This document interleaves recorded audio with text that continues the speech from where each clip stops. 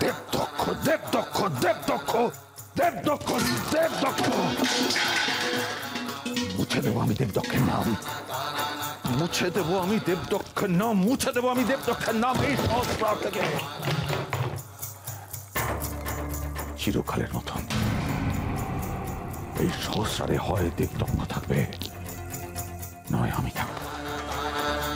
একসঙ্গে এক জায়গায় আমাদের দুজনে একসঙ্গে শ্বাস নিতে পারবো না। গুরুদেব, আপনি কেন মেনে নিলেন দেবদক্ষের আদেশ? কেন বন্ধ করলেন পশু বলি? নির্বোধের মতন কথা বলো না উগ্রক। শুনলে না, শুনলে না গাঙ্গেয় কি বলেছে? প্রজারা নালিশ করেছে। নালিশ করেছে কার কাছে? দেবদক্ষের কাছে। কিসের বিরুদ্ধে? মন্দিরের বিরুদ্ধে, তোমাদের বিরুদ্ধে, আমার বিরুদ্ধে। আর সেই রাজার আদেশ শুনে দলে দলে প্রজারা ছুটে এসেছে মন্দিরে, আমার মন্দিরে। আর সেখানে দাঁড়িয়ে তারা জয়গান করছে কার? রাজা। এ তাদের ধৃষ্টতা নয় গুরুদেব?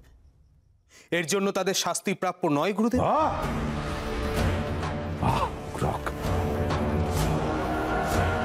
কাদের তুমি শাস্তি দেবে? প্রজাদের। এই প্রজারা কারা? তারা হচ্ছে ভক্ত।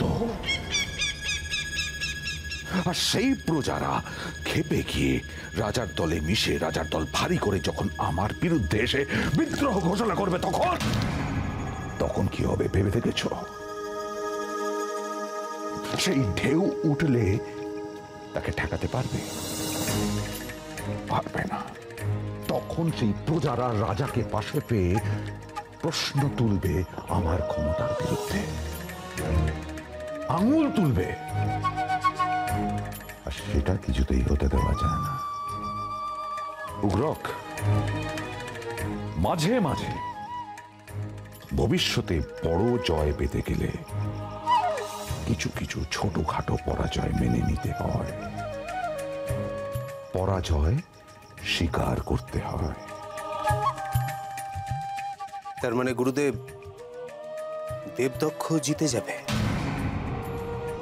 আমরা তার সব আদেশ মেনে নেব? না, মানব না।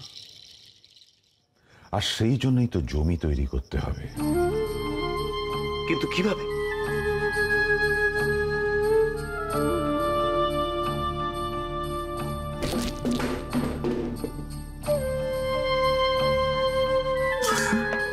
আলাদা করে প্রজাদের রাজার পাশ থেকে সরিয়ে দিয়ে